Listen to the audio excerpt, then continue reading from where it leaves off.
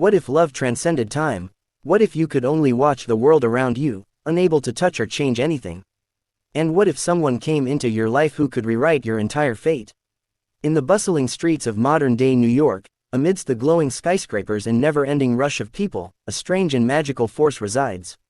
Ella, a delicate fairy with wings as luminous as the stars, is bound by a curse that traps her in a never-ending loop of time. For centuries, she has watched human lives unfold, witnessed love, pain, and joy, but never once able to touch them. She is a phantom, bound to the shadows, forever a spectator in a world that seems beyond her reach. Ella drifts among the crowds, watching life move forward, longing to be part of it. Yet, no matter how much she wishes, the curse prevents her from interacting with any living being. She's learned to accept it, resigned to being a mere observer. But everything changes one evening when a strange event occurs. Max. Max is a disheveled physicist from the future. A failed time travel experiment gone awry leaves him stranded in Ella's time, confused and desperate. Unlike Ella, Max is rooted firmly in the world of logic and science. He scoffs at magic, dismisses anything supernatural as nonsensical, believing only in what can be proven and calculated. His arrival, though accidental, disrupts the carefully constructed loop Ella has been trapped in for so long. As Max stumbles through the city, disoriented and confused, Ella watches from afar, curious. For the first time, someone notices her presence. He doesn't see her fully, but he can feel something, an inexplicable force that draws him toward her. At first, Max brushes it off as just the lingering side effects of his experiment. But slowly, he begins to notice the anomalies around him, the way time seems to bend when Ella is near, how she's always in the background, always watching but never part of the world. Their bond begins slowly. Max, determined to fix his broken timeline, seeks to understand the phenomenon he's encountering. He believes it's a side effect of his time travel mishap, a glitch that might allow him to return to his time. Ella, on the other hand, is intrigued by Max's ability to act within the world, to change the course of events, and even more so by the way he seems to look at her, as if he sees her as something more than a mere shadow. Through their conversations, Max begins to understand Ella's curse. He realizes she's trapped in a moment outside of time, unable to interact with anything or anyone. As a scientist, he struggles to reconcile this magical force with his understanding of the world. Still, Max's desire to help her grows. He believes that somehow, by fixing his own timeline, he can break the curse that binds Ella. Ella, in turn, begins to understand the beauty of the human world she's spent centuries observing.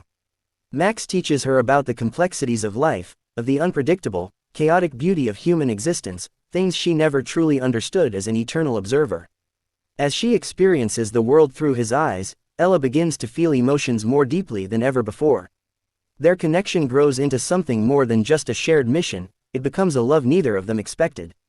After countless trials, Max uncovers an ancient riddle hidden within the fabric of time. The answer is simple yet impossible. To break Ella's curse, they must both give up something precious. Max realizes that if he stays in the present with Ella, he will lose everything he knows, his future, his home, his work, and his very existence. But if he returns to the future, Ella will remain trapped in her endless cycle. The tension is unbearable. Max and Ella both must choose. Max wrestles with his emotions, the scientific mind he's always trusted at odds with the heart that's fallen in love with Ella. Ella, too, is torn. She has witnessed countless loves but never had the chance to experience one herself. Now, with Max, she feels the touch of time, of life, of something beyond her existence. Max, after much deliberation, chooses Ella. He decides to live in her time, to be with her in a world he doesn't belong to. But the cost is steep. Neither of them can truly return to their original fates. They are trapped between two worlds, existing in a liminal space where time bends around them but cannot fully let them go. Ella and Max share a quiet, bittersweet moment, watching the city skyline.